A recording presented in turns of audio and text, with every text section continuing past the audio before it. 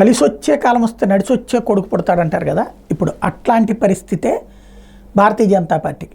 రాజ్యసభలో ఒక 2 సీట్లు బోనస్గా గెలుచుకోబోతుంది. 2 సీట్లు గెలుచుకోబోతుంది. ఎలాగా అంటే కాంగ్రెస్ పార్టీకి సంబంధించినటువంటి 2 రాజ్యసభ సభ్యులు మొన్న లోక్సభ ఎన్నికల్లో పోటీ చేసి విజయం సాధించారు. ఒకళ్ళు వచ్చేటప్పటికి కేసీ వేణుగోపాల్, రెండో వాళ్ళు దీపేందర్ హుడా. ఒకళ్ళు హర్యానా నుంచి, ఇంకొకళ్ళు రాజస్థాన్ నుంచి లోక్సభ ఎన్నికల్లో గెలుపొందారు. ఈ 2 సీట్లు కూడా ఇప్పుడు ఆ 2 సీట్లు ఖాళీ అయినాయి రాజ్యసభలో, వాళ్ళిద్దరు లోక్సభ సభ్యులు అయిపోవడంతో.